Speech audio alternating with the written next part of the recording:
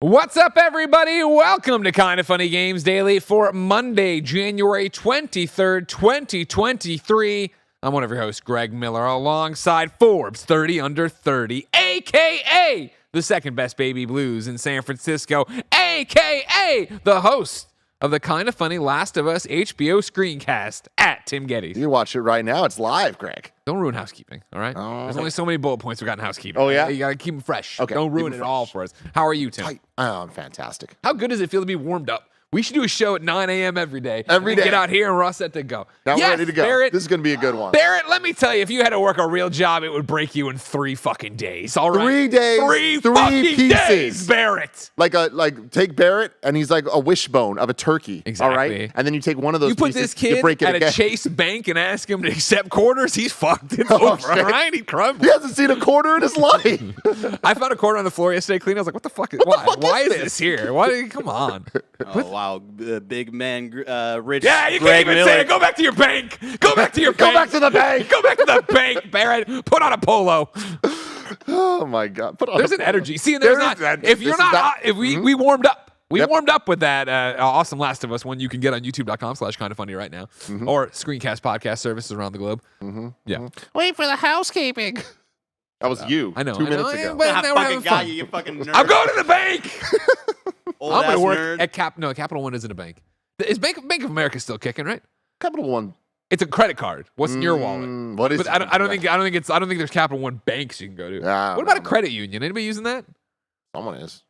My parents had a credit union. That's where they Credit went. union's Weird. the worst CU. Get out of here. Second to worst. You know what I'm talking Commies. about? No, Did you play anything this weekend? Did you play any games that you can talk about? I did. It's No, review but season. Yeah, it is review season. Let's put it that way. Okay, You know what I mean? we'll leave it at that. You know what I mean? Well, we have lots of news to talk about, so Uh-huh. we don't need to even kill time, ladies and Let's gentlemen. not. Instead, I'll tell you that this is Kinda Funny Games Daily, and today we're talking about the fact that Marvel's Avengers is dead. I'm so sorry, Greg. Forspoken reviews are out, and that game probably should be dead as well. I'm so and sorry, more. Greg. Because this is Kinda Funny Games Daily. Each and every weekday on a variety of platforms, we run you through the nerdy video game news you need to know about. If you like that, be part of the show for free on kindafunny.com/KFGD with your questions, comments, concerns about the show, and all the day's news. Of course, you can get the show as we record it live on twitch.tv/kindafunnygames and youtube.com/kindafunnygames. If you're watching live, you have a special job. Go to kindafunny.com/you're wrong and tell us what we screw up as we screw it up so we can set the record straight for everybody watching later on youtube.com/kindafunnygames,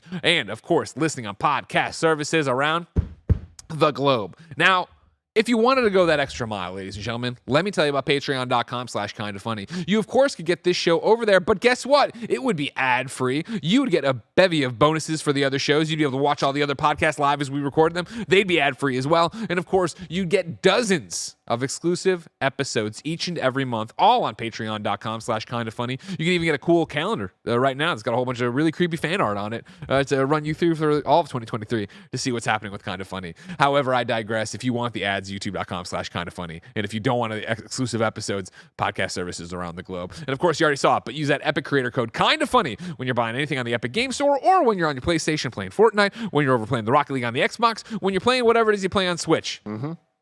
Kinda Funny, Epic creator code. Housekeeping for you. Our Forspoken review is up right now, and it is a train wreck. You can go check out this week's episode of PS I Love You XOXO on youtube.com/kindafunnygames and podcast services around the globe. As we have already said several times, but we will again, our episode 2 review of The Last of Us HBO is up right now. That's on youtube.com/kindafunny and screencast podcast services around the globe. Remember, we are doing those live each and every Monday, 9 a.m. So you watch the show on Sunday on HBO, you come watch and react with us on 9 a.m. Monday. Of course, it's up later. Our Patreon producer, thank you very much, Delaney Twining. Today we're brought to you by the Kinda Funny Patreon, where we're talking about the one, the only Kinda Feudy. But we'll tell you about that later. For now, let's begin the show with what is and forever will be the Roper Report. Time for some news.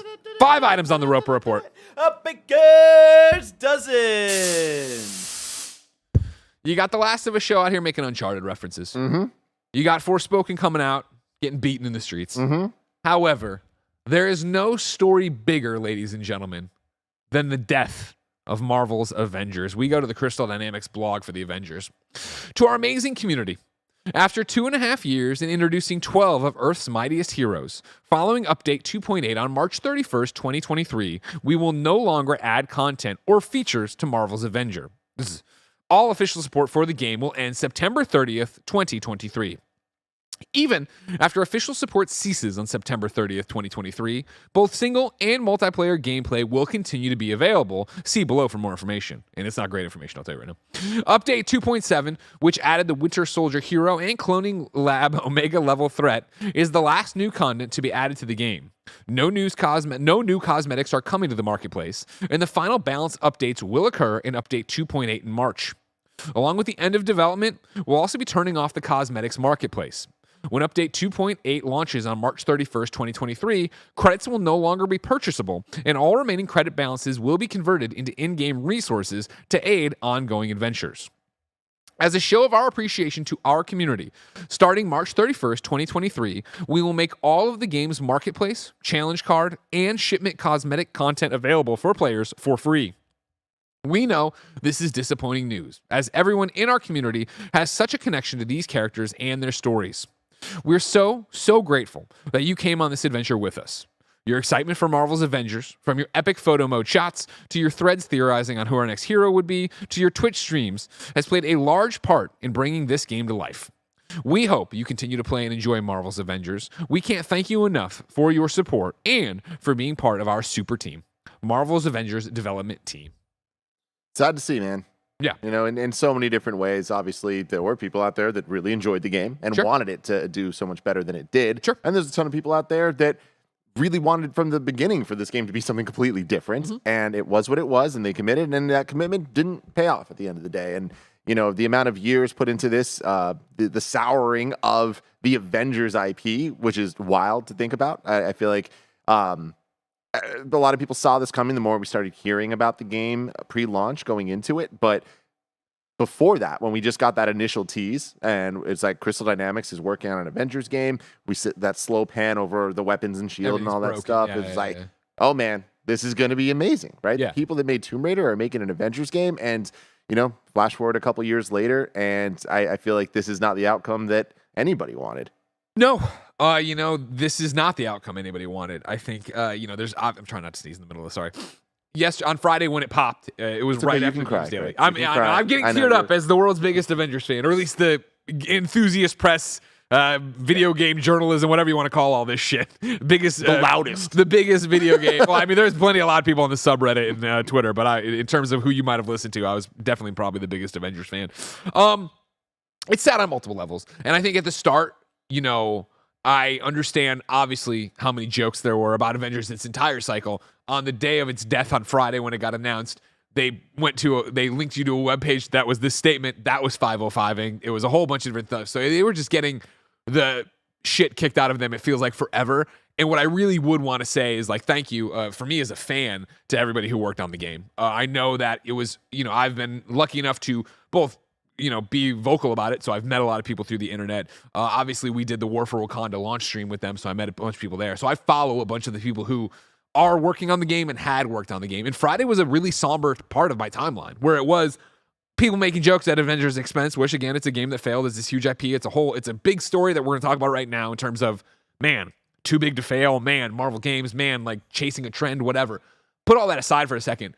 The other part of my feed was all the developers who either were like, man, this sucks that, you know, it's over. It was other people, you know, I worked on it for 2 years. It's sad to see it end this way, but what a great time. And it was this, like, kind of like, you know, closing the door on it and them both celebrating and mourning at the same time. So I think it is important to call out, you know, as jokes and everything else aside, that, you know, I put well over 150 hours into this game. And I am, even though it's changed a lot in my career, not a multiplayer gamer. And what I mean by that is it's rare that, like, I get to go play a game with my friends. I make friends in games, and I meet new people, like in DC Universe Online, that I play with, and there are people there. But I mean, like, Avengers was and is the only group chat I have on a game in a text message thread, where it is me and Goldfarb and Sean and Tamor, and it's like we love, and Fran, we love playing the game when there was new content for it and there was stuff happening. We were grinding for different things. We were always excited when something happens, when it would pop off with a new character or whatever. And that is special to me because that's just not something I have. I don't have real IRL friends that play other games with me that way. Like, it's just never been the way. And even Division wasn't the same way. You know what I mean? Where this was like a thing, and I was so into this because I want to be a superhero, and I do want to go out there, and I did like grinding the challenge cards, and I did like, trying to level up for what we thought was going to be the raid of the cloning lab. That it was a whole different ball of wax for when it came. But I want to thank everybody who worked on the game, whether you're still at Crystal or you went somewhere else or whatever. I had a great time with it.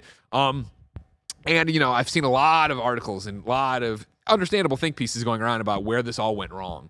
And the honest to God's truth, and this is probably the decision for most everything in a business sense, where this all went wrong was at the top. So I don't ever want it to be that the developers who were out there making characters, working on animations, doing things, yada, yada, yada, that they think their time was wasted or that everybody thinks they suck, because they don't. They made a really fun game in parts, and it was just overall the fact that I think everything got away from them or wasn't, they weren't provided the resources or the time they needed that really fucked them on this. Yeah. I mean, and this is making a lot of assumptions, but it does feel like there were things that they were forced to do that they didn't want in their game. So, I mean, you can dial it back to, where I come back to, and this is something we talked about with Ubisoft a lot lately with, Heaves going on being like, yo, we got to turn this around. Like, motherfucker, you're the one who fucked it up. This was obviously chasing a trend. And where I want to start with is the one, the only, Jeff Grubb, over on Twitter at twitter.com/Jeff Grubb. Of course, Jeff from Giant Bomb. He tweeted out today, is Avengers going to scare major publishers away from making some live service games? And hashtag Game Mess Mornings, which is a show Jeff does. You should go watch and you should watch and be enjoying. But it was yes or no.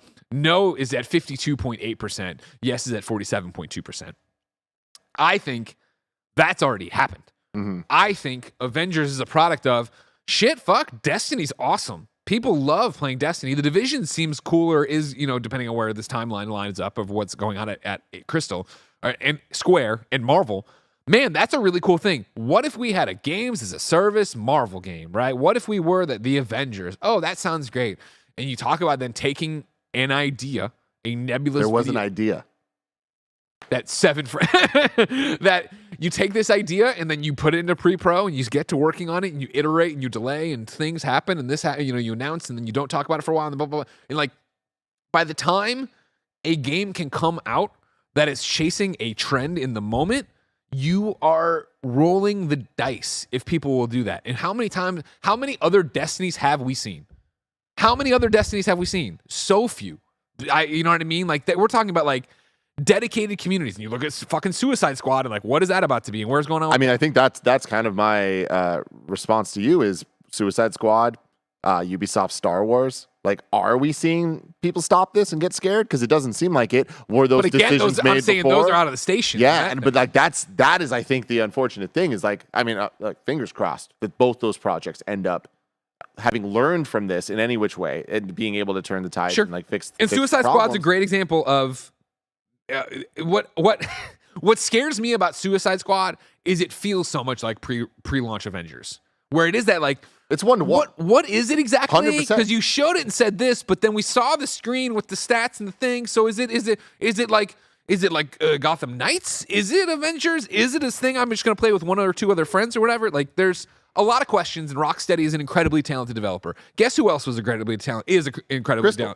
And I think that's the thing is there's so many one-to-ones when it comes to Suicide Squad, Avengers being two of the, at this point, more popular of the IP of Marvel and DC. Suicide Squad, maybe not, but Harley Quinn, yes. Yeah. And adding the Justice League even as bad guys or whatever in it, or villains, antagonists in it, I think is like a huge thing. Like you don't get much bigger than that, right? Yeah. But these are single player developers. What they are renowned for, the Arkham games, for the Tomb Raider games, like what we know of them are these single player narrative adventures. So immediately like, oh, the people that you loved making this type of game, they're actually going to make this type of game that a lot of people are trepidatious about. There's a lot of like, but big business, the big publishers saw money signs. Yes. They see, we'd love to keep people engaged playing the same game for 6 years, 4 years, whatever, years. Which again, I've said this a lot with Bless on the show recently, but like we should want that.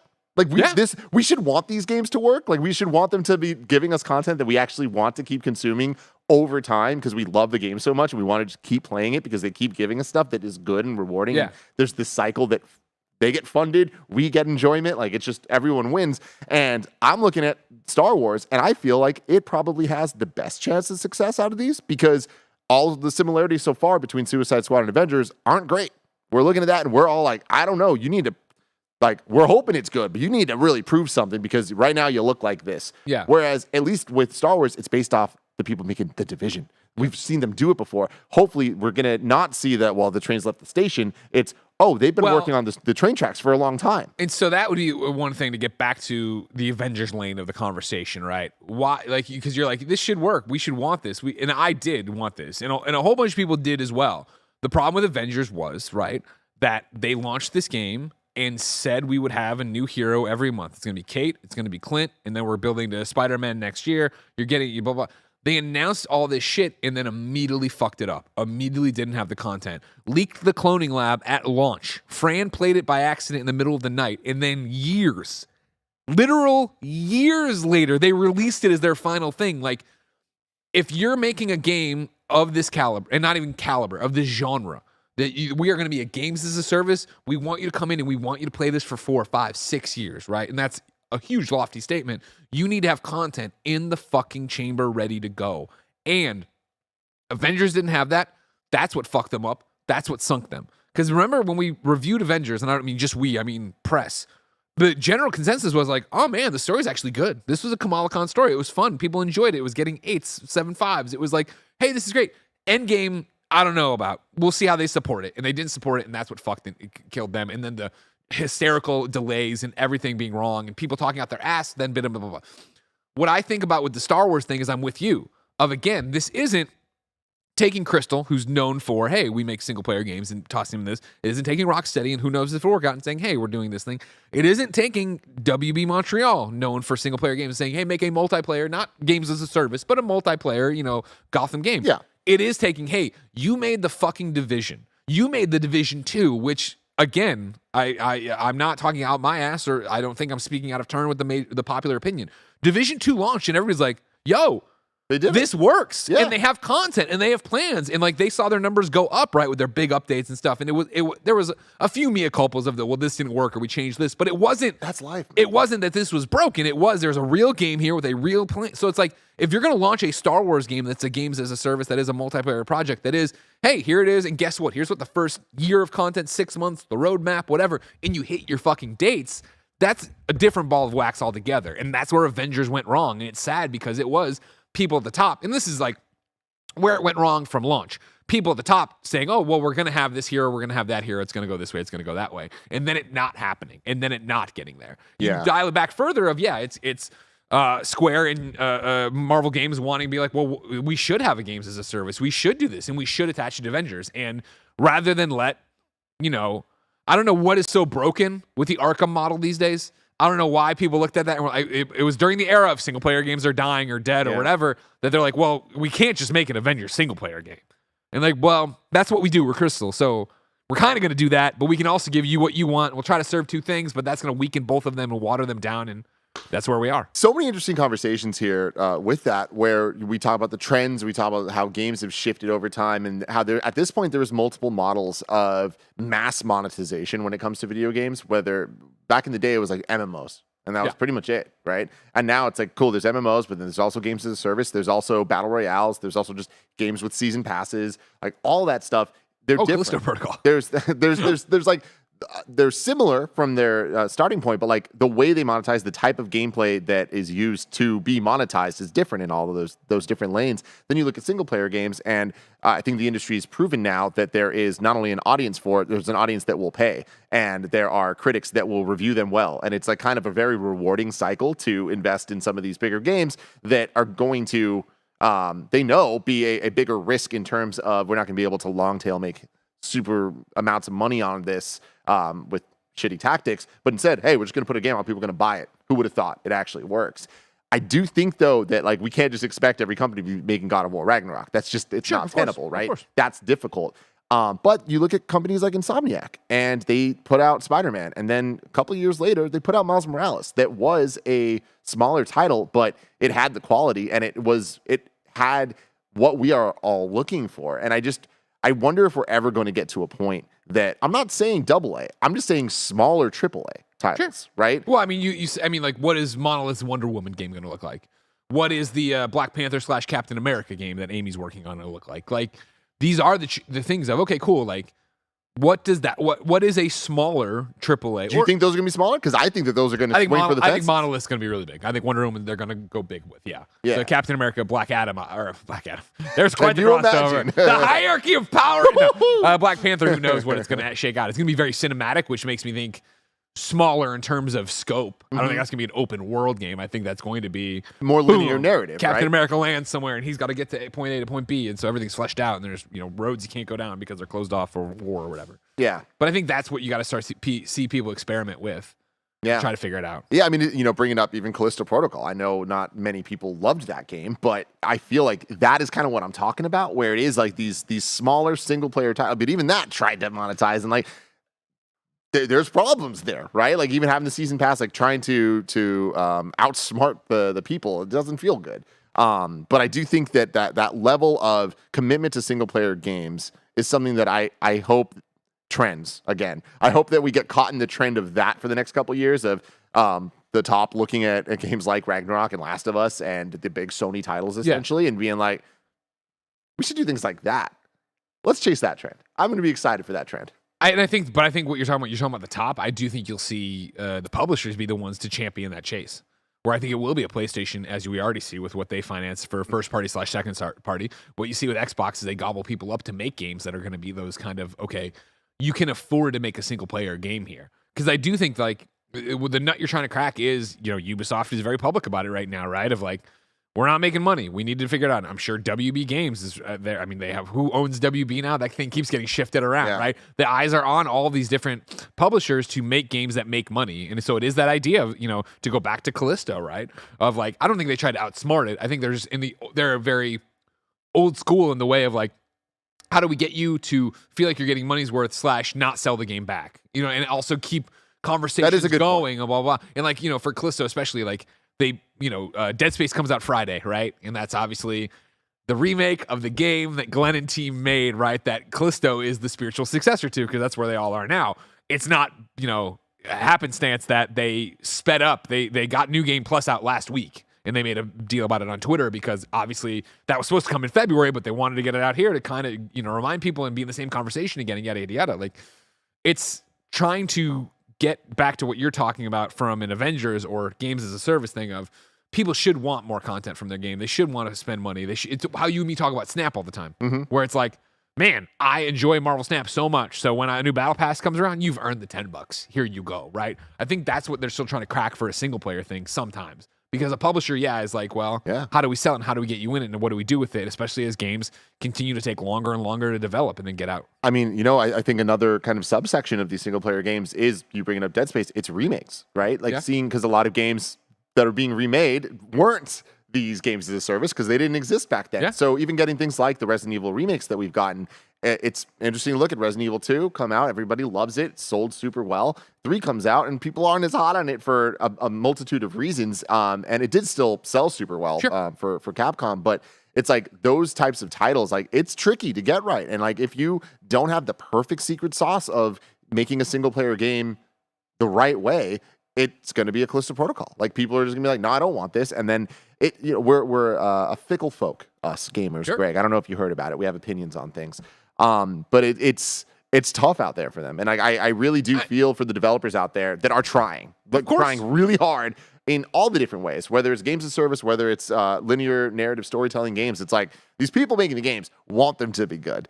And you got to imagine that the people that are paying to make these games be made, they want to get the money. The best way to get the money is put out a product people actually like. So when DICE put out Star Wars Battlefront 2 and the monetization was atrocious, like everyone's mad about that. It's like not even the people that are like, oh, this is what we're going to do to make money. When it's not making money, they're like, oh shit, this is bad. Now who do they point the fingers at? Who do they blame? That's a conversation for another day. It is a complicated arithmetic. Yes. Both the business of making video games and then the business of releasing video games and the success of video games. Because you say, oh, gamers, we have opinions, we're, complicated folk or whatever. It's also the fact that, like, it's not lost on me, the developers, or the publishers that they're asking people to spend $70. Yes. Especially right now in a recession, as people are worried about their money. Spend $70 on a game. And this is why, obviously, you see so much IP that you already know happening. And because it goes back to what you were just mentioning, right? Of like, everyone wants to make a good game.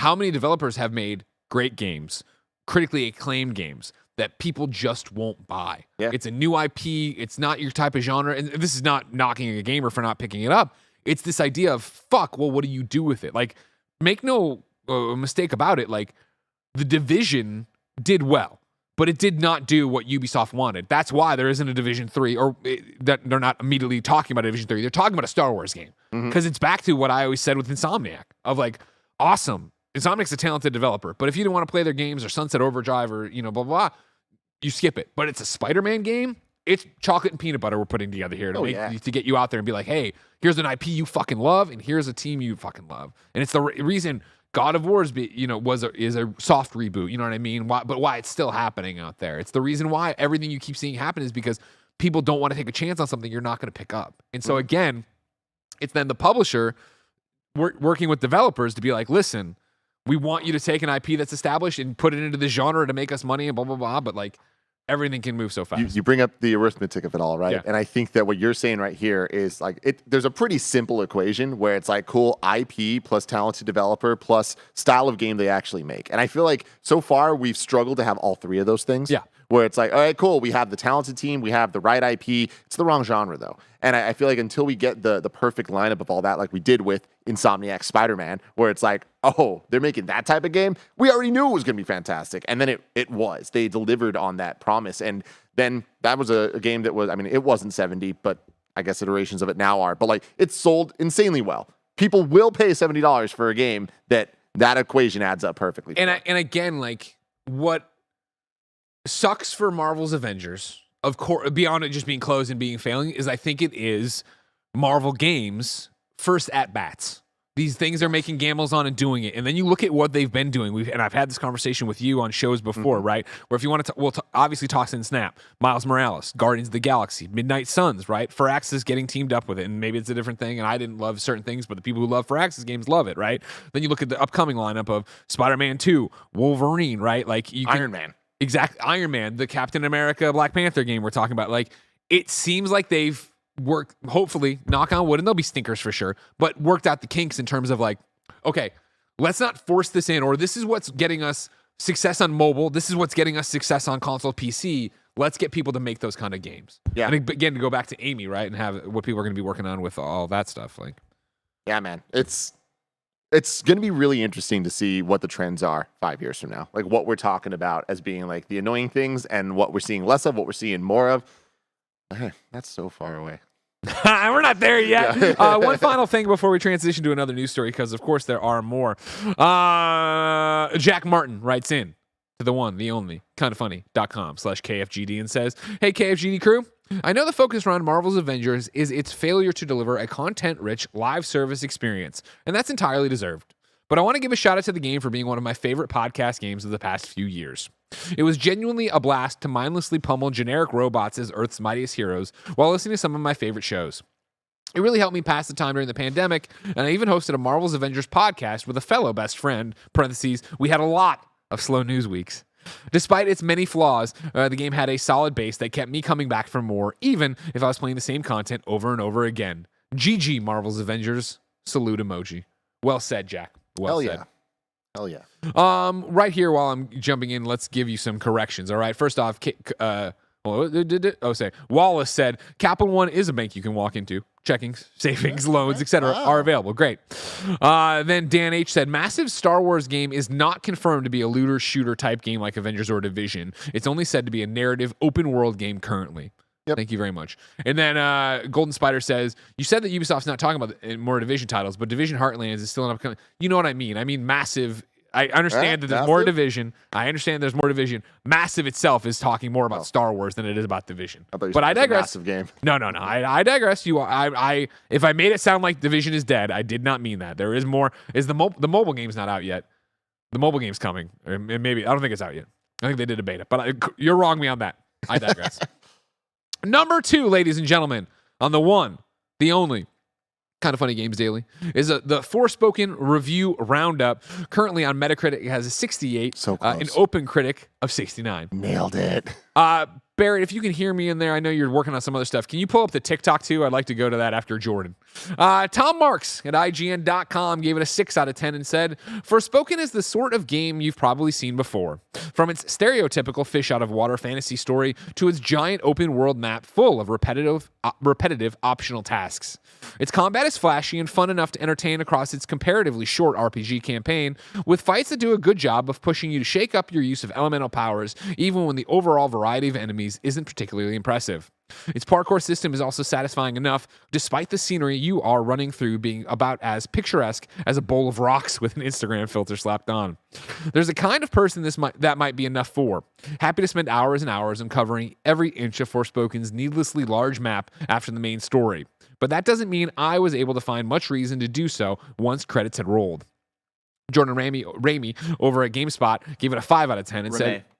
Jordan Ramey at GameSpot gave it a 5 out of 10 and said, Forspoken is a tricky game to recommend.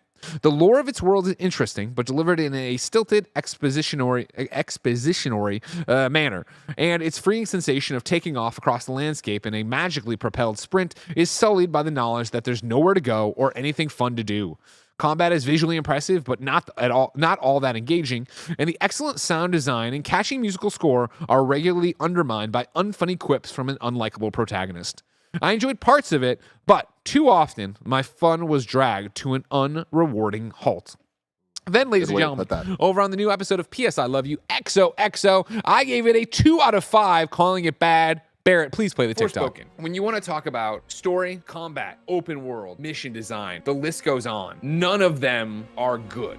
Damn. On the Kinda Funny review scale, there is no choice but to declare that this is a bad game and give it a 2 out of 5. You know what is a better way to describe this game? It's not entertaining. It has all of these different pieces, could easily be great, and could be cool, and could be interesting, but none of it in action is. Throughout this game, at no point was I sitting down and being like, I can't wait to play more. Forspoken. When you want to talk about story, combat, a good loop from Roger as well. It's a major letdown. I don't think it's a surprise. I think that people have had very little positive to say and a lot of negative to say about this game since it not since its first debut, but like since everything's shown since. Yeah. And I was always holding out hope because I'm really into a lot of what's going on here. People saying that like it looks like a thing of rocks with an Instagram filter. Like, I don't agree. I think this game's really beautiful looking. Did you play it?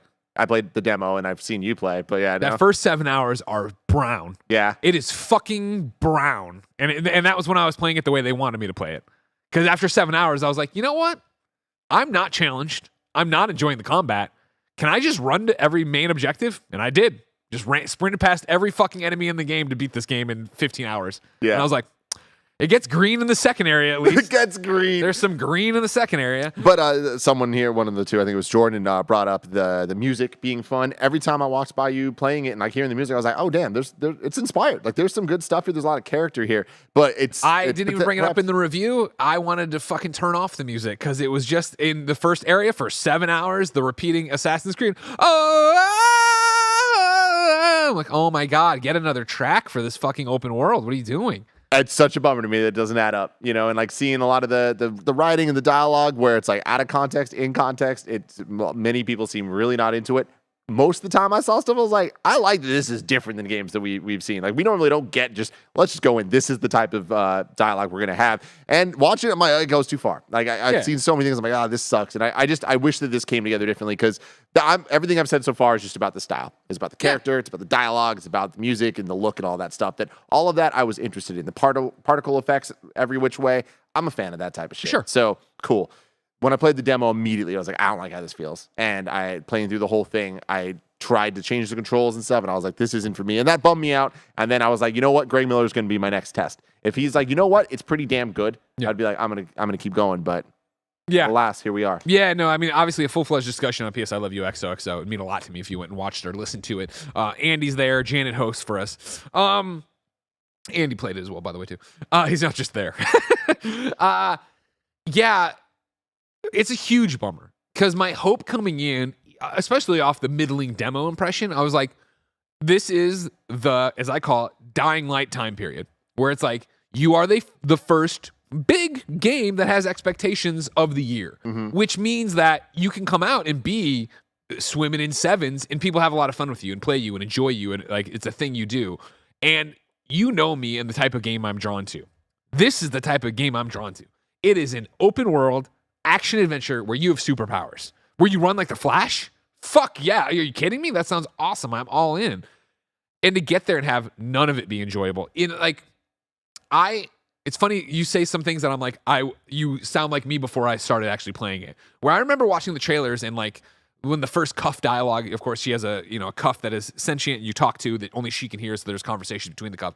When the first dialogue of that dropped in one of those trailers where it's like, what? I'm in another world? Yada, yada. And people are like, this fucking is cringe and I hate it. And I was like, man, dude, give it a chance. I don't know. Like, maybe it'll work. And starting the game, the way it opens and gets you into this new world, I was like, you know what? This feels like a young adult movie. It is a fish out of water thing, but it feels like a teen movie, a 12 Percy Jackson. And exactly. And I'm not against that. I'm not above that. I'm like, I'm with you of like, games should be every kind of experience that we should explore that thing. I don't think we do that enough in games, right? Where it's either a kid's game or it's a fucking, Last of Us fucking world game, right? Or even Uncharted where it's a little bit more adult. I was like, cool. But 15 hours on the other side of it, it's like, no, like the dialogue isn't good. The conversations aren't engaging. She is an unlikable protagonist. I'm way more with the GameSpot review, obviously based on my score of a 2 out of 5 than I am with the IGN review from Tom, where he's like giving it a few things. The only thing I can say on the other side of it that I was like, no, like parkour is fun. It is fun to run around the world and you get a Spider-Man web sling kind of thing at one point where you can like, yank yourself to things. It was like, okay, but like that does not make a game. That does not make it something to jump into. Yeah, it's a bummer. And again, going back to the conversation we were just having about new IP, right? How hard it is for a big new property to get out there. This is a big Square Enix game coming out. A game that went through the delays, that went through the process of a big AAA game. And yeah, I think it's actually really important for us to point out Callisto Protocol and Forspoken, 2 of the rare, bigger new IP coming out and just not meeting the mark that they need to become franchises, right? So it's like, it is this, I'm not saying, hey, like buy these things, support these things, or else you're not going to get more, but there's a reality to that. And then there's also the other side of like, when you don't knock it out of the park with the new IP, your future's in jeopardy. You're done. I mean, it's done. It's like Forspoken 2, based on the conversation going into this game, now these reviews, I highly doubt it's going to sell well. Right? Oh, yeah, no, I don't think so. Which means no Forspoken 2. So it's like, again, not specifically talking about this brand, this IP, but it's like this is one of the multiple big examples of a new IP that we don't get all the time. When you look year to year about games at this level that aren't tied to something else, it's rough. Ignacio Rojas writes in, of course, like you can, to KindaFunny.com/KFGD and points out he's writing this on Sunday night. So if this Forspoken review embargo lifts ignore this. But no, I don't think it's worth ignoring. What's up, Grim? How's it going? So Forspoken goes live tonight. And by the time of this recording, the embargo hasn't been lifted, which indicates Square Enix wants reviews to go live after the game releases. Does anyone else find this odd? Does Square usually do this? Because I can't remember it being the case. And Forspoken is one of the biggest releases of the year. Okay, Ignacio, come on. One of the biggest releases of the year so far, I'll give you, but not period. But I mean, I would say it is one of the biggest releases. There are many releases this year, but it's on that list. We did a review for it. Let's put it that way, right? We always talk about. Yeah, it's the first one. That's why. Whatever. Fine. Ignacio, there are a lot of other huge games coming out. I get where you're coming from. I gotta say, this couple of the reactions we've seen makes me indicate the game is in trouble. Well, as you can now see, the game is in trouble. And no, that happens all the time, where people set weird embargoes for their things when they know it's not good. And that's the thing about this, where again, I think Square knew this wasn't good, or at least wasn't going to review well. Mileage will vary. Obviously, there's so many people in my comments already defending this game. Yeah, you're fucking wrong. It's going to be great. Also, I just want to point out, at least for the U.S., I don't know where it's like in other time zones, the embargo did come out before the game is out, because the game's not out, at least for the U.S., until tonight. I forget. Ignacio, where are you? Ignacio's told us before. I forget. Where are you? Where in the world is Ignacio Rojas? Let us know, Ignacio. Chile, says Lakers said. Thank you very much. So yeah, it's out there. But again, that does happen all the time, where again, the argument there for why to do that, of course, is that you have pre-release code. So it's like, let's say I was like, I won't agree to that embargo. I want to review it at launch. They'd say, well, you're not getting a code then. And when the game launches, enjoy playing for 15 hours straight to try to get something up. It just doesn't work that way. But anyways, Forspoken from Greg Miller. And that was my thing. Is like, it does me. I do not enjoy not enjoying a game. I don't. I mean, enjoy, you played through it, Greg. I don't enjoy rolling you played credits through on that something entire thing, I didn't man. like. Yeah, and again, it's not broken and horrible and like totally busted. It's just like it's not a good game, which means on our scale it's bad. Which I have a great conversation about our review score, which I really appreciate. So Check it out. P.S. I love you. XOXO. number 3 on the Roper Report will come to you after I tell you about patreon.com/kindafunny. Over on patreon.com/kindafunny, you can get each and every episode of Kinda Funny Games Daily ad-free. You can get the ability to watch us record all of our podcasts live, like the Kinda Funny podcast this afternoon, which is a crossover with the Next Gen podcast. And of course, you could get dozens of bonus episodes of content that are all exclusive to patreon.com/kindafunny. But guess what, Jack or Jill? You are not on patreon.com/kindafunny. So here's a word from our sponsor. Yo, what's up? I'm Blessing, the host of Kinda Feudy, the show where I ask members of Kinda Funny to answer questions like, name a game where you can fight giant enemies. Name a type of animal you can play as in Diddy Kong Racing. Name a PlayStation character who you'd want on your pickup basketball team. Name a game genre that Greg Miller refuses to play. Good Games is not on there, but it was written in quite a bit. And see how many audience members voted for that answer, and it usually makes them kind of mad. Red Faction is our 30-point answer. Oh, yeah, baby. That is our 4th most popular answer. Whoa. I'm still waiting for Bless to be like, just kidding. Once again, You guys are so bad at this game. catch up on the latest episodes right now, exclusively on patreon.com/kindafunny. You can't see me. My time is now. Ladies and gentlemen, number 3 on the Roper Report, WWE 2K23 has been officially confirmed for a March release. This is Chris Scullion over at VGC. 2K has announced that WWE 2K23 will release for consoles and PC on March 17th, with those who purchase premium versions gaining access 3 days earlier than March 14th. As previously leaked, the game will feature John Cena on the cover of all 4 versions: the Standard Edition, the Cross-Gen Edition, Deluxe Edition, and Icon Edition. All right, let's slow down. A lot of editions, Let's baby. slow down, 2K. A pre-order bonus will also unlock the ability to play as global music star Bad Bunny. Notable modes include a new 2K showcase featuring John Cena and the War Games event. According to 2K, the showcase mode will span 20 years of John Cena's career and will be narrated by Cena himself. The War Games mode, meanwhile, will offer 3v3 and 4v4 matches in the unique War Games structure, consisting of 2 rings side by side inside a steel cage. It's dope as fuck. Other new features will include online multiplayer in My Faction, and an enhanced My GM mode with new show options and new GMs to choose from. I read the press release myself, obviously, because I'm a fan. You can also create your own GM now, too. Oh, So there's some stuff happening there. Tim, that's cool. you and I were big fans of WWE 2K22. You more so than me. Yeah. I was a fan very specifically of one mode, though. And The Rey it was Mysterio the Rey showcase. Mysterio thing. And you're telling me you're about to do that for John Cena? Yeah. Very, very excited about that. There was so much love and care put into the Rey mode of all the behind-the-scenes footage, using the actual match footage with the game you're playing and playing through some of the bigger moments. Now, John Cena, his time is now. His time was my time. Right. Yeah. I got into wrestling on the later. It was post Attitude Era, all that stuff, because my brother got super into it in the John Cena era. Like I was there through the rise until today of, liking Cena as a mid-carder a lot. Yeah. And then once he started getting too much power, it's like, oh no, we don't like you. Why are you always winning? You're so boring. You only have 3 moves. I hate you, John Cena. John Cena sucks. John Cena sucks. And all of a sudden, you know what? I actually love John Cena. John Cena is one of the greatest of all time. And now here we are. He pushed through. Yeah. He did the thing that so few people have done, and we've seen Roman Reigns at this point do it, right? I do think that it's a beautiful thing to see, like, real, true superstars be made, and Sure. like Cena is obviously one of them. So to see him get this type of mode and focus, I'm very excited for that. This is a guarantee that I'm going to give that a playthrough.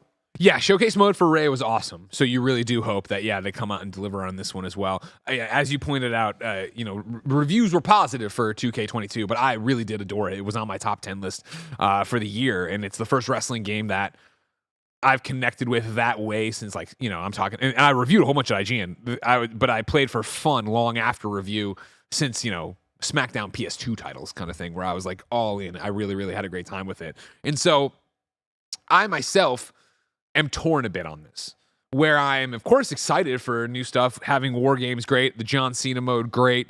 Some additions to GM, great. But the concern, of course, is that where 2K faltered in the past was annualizing the game. Yes. And then, of course, the developers leaving and them trying to force one out and yada, yada, yada. But 2K22 was, hey, we took a year off. Here's what we got. Okay, cool. This is a great base. We're going to build from this. I love that. To immediately have one a year later is always that, okay, you know what I mean? Like I'm going to do a blessing show / kind of funny special presentation where I have my pitch for what, WWE and 2K should do with WWE wrestling games. This isn't it. And so this makes me trepidatious of, are we going to get like an incremental update grade? We just did over on PSILY versus XCast, our fantasy critic. And I went and I was like, what was the open critic for this? And it was, high 70s. I want to say like 79 for 2K22. And I was like, I'm not going to gamble on 2K23 because I think it is going to be the whole thing of like, it's a small little fire where people are like, oh man, this is really good. But you put out a game that's like, it's a roster update and they did this, they did that, but it's still the same thing. Yeah, exactly. Like, I don't know. I'm of course excited as a wrestling game fan, as a WWE fan, as a WWE superstar. Hey, watch This Is Awesome, of course. Yeah, the most recent episode is still the best wrestling games of all time. I'm excited and I'm interested, but I'm trepidatious. I want to see it. I want to play it. I want to know. Good place to be, but I'm right there with you. I think that it being annualized and it's scary. In the same way we were talking about earlier, we have reason to be worried about Suicide Squad. We have reason to be worried about this. But like you said, 2K 2022 was the best that we've had in a long time. So if this is just a growth of that, I think we're in a better place than starting from a bad place of something like 2016 that we had a couple of years ago. Sure. I went by too fast. Somebody asked, will the roster be up to date? Absolutely not. Absolutely not. No, there hasn't been a WWE game with an update. That's video games. You get the people in the fucking thing and you take their photo and then guess what? They get released and everything goes to hell. Yeah. But Cody Rhodes was confirmed, I think. Let me go over here to the press release. I'm going to put out a hot take here, Greg. Yeah. There, hold on. Fans can also look forward to a deep roster of WWE superstars and legends, including Roman Reigns, American Nightmare, Cody Rhodes, Ronda Rousey, Brock Lesnar, Stone Cold Steve Austin, and more. Sorry, go. I try to be honest with everybody. And, we're humans. We have thoughts and opinions, and they can change and grow over time. Yeah. Right? Yeah, and I like to keep people as up to date on where I stand on things as possible. Sure. In 2005, John Cena and the trademark, THA trademark, his cousin, released a rap album. Sure. All right. And when that happened, I rocked for it so hard. I was like, this album's actually incredible. Y'all are sleeping. People think that John Cena is just a meme. No, this is a great album. It's fantastic. And I rocked for that. Had something to prove. It was like the gamer.com, Barrett. You know what I'm talking about? I had something to prove. All right. And over time, I was like, maybe I don't stand by it that much. I re-listened to it fairly recently. Yeah. And I can admit, it's not the greatest thing of all time. But I stand by, the album's a fucking banger. It's good. It's damn good. It has more good songs than bad songs. And it has a couple fantastic songs. Blessing so go in check the it chat out. says that John Thank Cena you. album is fire. Wow. Thank you, Blessing. It fucking is. Some of the features they have on that shit, incredible. And if you haven't, here's the one thing I'm going to tell everybody. Go listen to the Murs Hustle remix. Fantastic song featuring John Cena. You know what? I will have a similar thing. Do you remember WrestleMania, the album? I do. I remember. There's a few moments in your life where you realize, I'm a dork. It's when my friends came over, or like my friend Eric came over, and I was like, I got the new WrestleMania album. Do you want to listen to it? And he's like, sure. I'm like, what song do you want to hear? And it's got all the superstars on it. And he's like, I always like, Bret Hart's entrance music. And I was like, oh no, this isn't their entrance music. It's them singing. And he was like, what? And I was like, nah, you're wrong. It's great. It was not great. It was not a good album. You know what I mean? Hacksaw Jim Duggan, that was a banger. The WrestleMania song they still play every so often, that was a banger. Yep. But Macho Man Randy Savage, Speaking from the Heart, that wasn't a great song. Number 4 on the Roper Report. 343 Industries will continue to develop Halo now and in the future. This is Adam Bankhurst at IGN.com. Amidst rumors that 343 Industries has been taken off of lead development of the Halo franchise, the studio has taken to Twitter to state that it will continue to, quote, develop Halo now and in the future, end quote. 343's Industries studio head, Pierre Heinz, shared the message on Twitter saying, Halo and Master Chief are here to stay. 343 Industries will continue to develop Halo now and in the future, including epic stories, multiplayer, and more of what makes Halo great, end quote. The news follows massive layoffs of 10,000 people at Microsoft, which saw a number of employees at Xbox Game Studios, the Coalition, 343 Industries, and Bethesda let go. Shortly after, Halo Infinite director Joseph Staten reportedly left 343 Industries to rejoin Xbox Publishing. Rumors then started swirling that 343 Industries would be taking off lead development of the Halo franchise and would instead help third-party studios bring Halo to life in the form of new games. As reported by Metro, one such leaker named Bathrobe Spartan even... Yep. We. Oh yeah, Had a we good have laugh breaking about that news. one. We have breaking news from Bathrobe Spartan. Even said that initial plans for the story-based DLC for Halo Infinite had been canceled already. In response to the rumors, 343 Industries has planted its flag and said it's here to stay. Greg, Yeah. when I was 8 years old, my mom came home on a Friday night. She said, "Do you want to go to Blockbuster?" And I was like, "Yes." Yeah. So we did. She rented this movie called Titanic. All right. There was 2 VHSs that we Wow. had to watch. All Yeah. right. And I put it in because I was the tech guy. And it starts up. And before the movie played, there was the THX thing, right? Yeah, New yeah. technology was one of the first movies to do that. And there was that sound. It goes, and it rises up.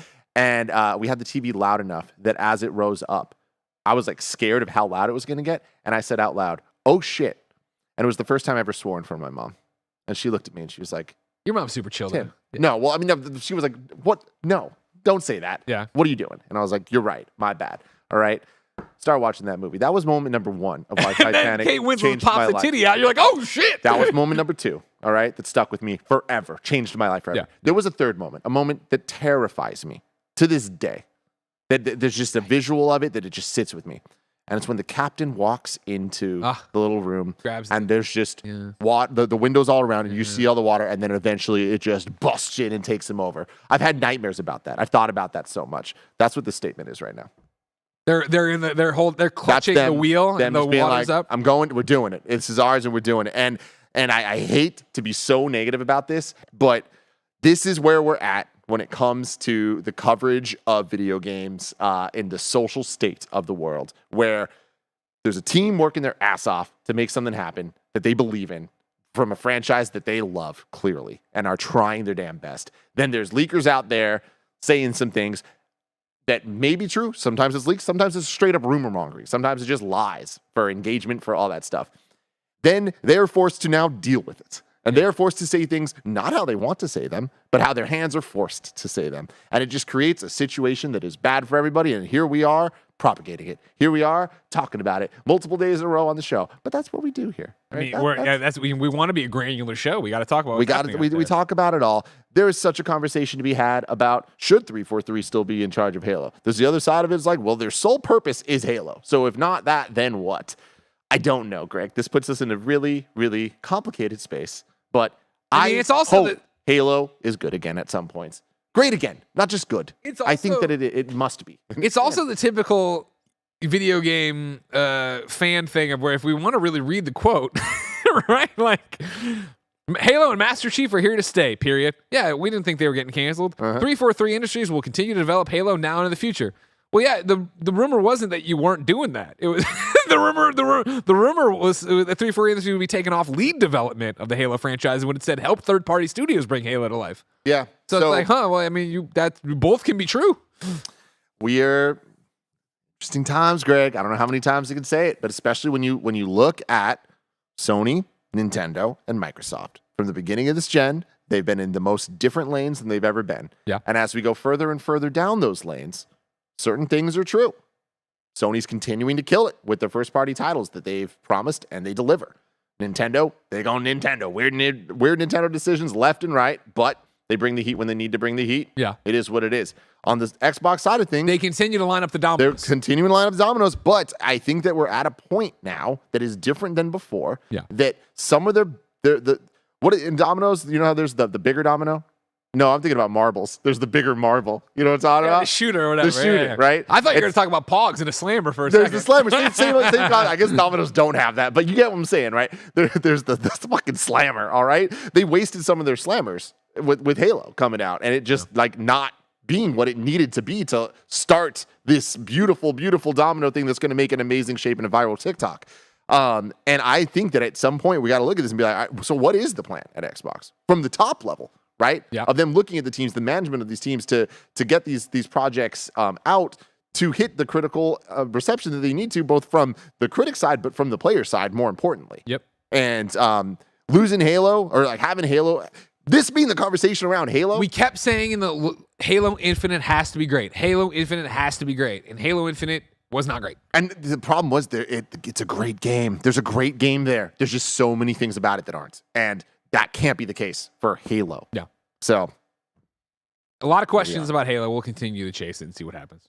Number 5 and final on the Roper Report for your Monday, Cyberpunk 2077's Phantom Liberty expansion costs more to make than The Witcher 3's DLC.